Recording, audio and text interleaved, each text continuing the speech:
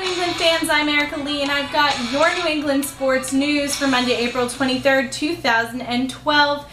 There is so much to recap from this weekend. Most of it comes from the Red Sox, but another good chunk of it also comes from the Boston Bruins. Let's kick it off with the Boston Bruins, who were tied at 2 games apiece with the Washington Capitals going into the weekend, and then for the first time in their series were facing elimination going into yesterday's game. Despite some majorly sloppy defense on the Bruins' part and an almost unrecognizable Tim Thomas in the goal, coupled with the defense of the Caps and Braden Holtby not letting the Bruins' puck slip by, things were looking bleak for the black and gold. The Bees took the lead late in the first yesterday, 2-1 over the Caps on goals scored by Peverley and Krejci, but the Caps were quick to respond, scoring early in the second. The Bees went into the third in a 4-on-3 power play that carried over from penalties that closed out the second, but they were unable to capitalize on the Caps.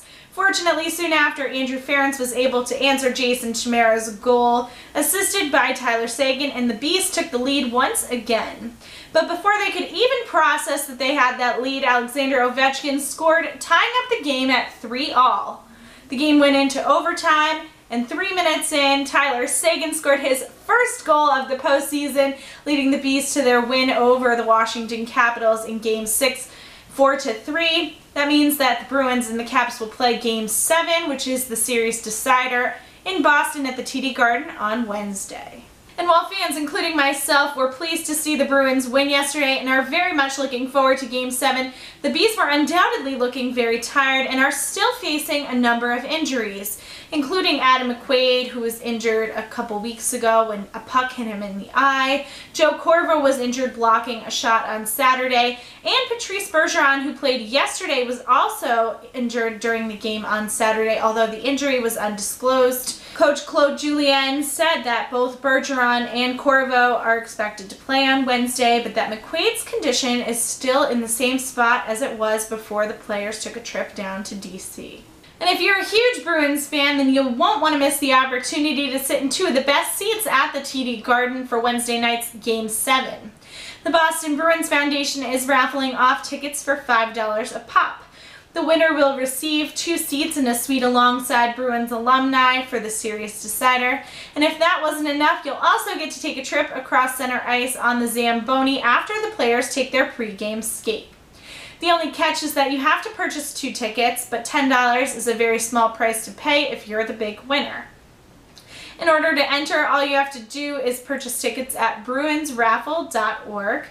The contest ends tomorrow, Tuesday, April 24th at 5 p.m., and the winner will be drawn at 5:15 p.m. Eastern Daylight Savings Time. And moving on to the Boston Red Sox, this weekend was supposed to be a celebration of 100 years at Fenway Park, but it seemed like the Yankees had a lot more to celebrate about than the Red Sox did. While I think it's safe to say that most fans will probably prefer that I don't recap the game, I can tell you that the Yankees beat the Red Sox 15-9 after the Sox were leading the game 9-0. While the game will probably go down as one of the most historic comebacks in the Yankees books, Sox fans would probably rather forget that it happened altogether. Yesterday's game, the third and final in the series, was canceled because of rain, and it has yet to be rescheduled. But Boston is on the road for 7 games. They're out in Minnesota tonight taking on the Twins. While the Sox are definitely a sore subject for many, some exciting things did happen at Fenway for the 100th anniversary on Friday. The patrons gathered at Fenway Park were part of breaking the Guinness World Record for the largest toast in a single venue. They were led by former Sox players Pedro Martinez and Kevin Millar. All of the players on both teams wore replica throwback jerseys that were modeled after the ones worn in 1912. And a total of 212 former Red Sox players were on hand and took the field for the event, including favorites like Yaz, Carlton Fisk, Jim Rice, Dennis Eckersley, Luis Tiant, as well as Johnny Pesky, who's 92, and Bobby Doerr, who's 94, who were brought onto the field in their wheelchairs by former players Jason Varitek and Tim Wakefield. Former manager Terry Francona was also on hand for the event, to which fans shouted "Tito" and gave him a standing ovation. It's hard to say what the biggest problem the Sox are facing is right now, but fans and pros alike are split on the issue whether it's the players or the management. But what do I think? I think that whether or not the Sox are getting along with Bobby V and Ben Cherington, they need to put the past in the past.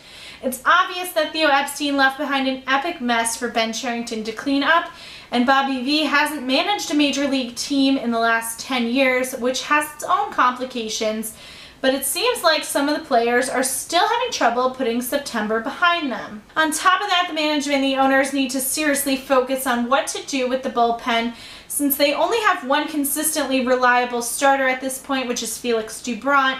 And once Doubront runs out of steam, they're SOL because they have no middle pitchers who can relieve for him.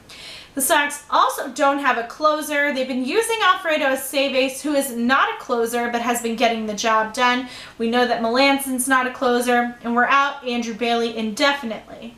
Since Doubront and Ace can't pitch every day, that obviously poses another problem. Then there's the issue of the outfield, specifically center field, where there is a huge hole to fill because Carl Crawford and Jacoby Ellsbury are both out indefinitely with injuries. Over the weekend, the Red Sox acquired Marlon Byrd for Michael Bowden, who was down in Pawtucket.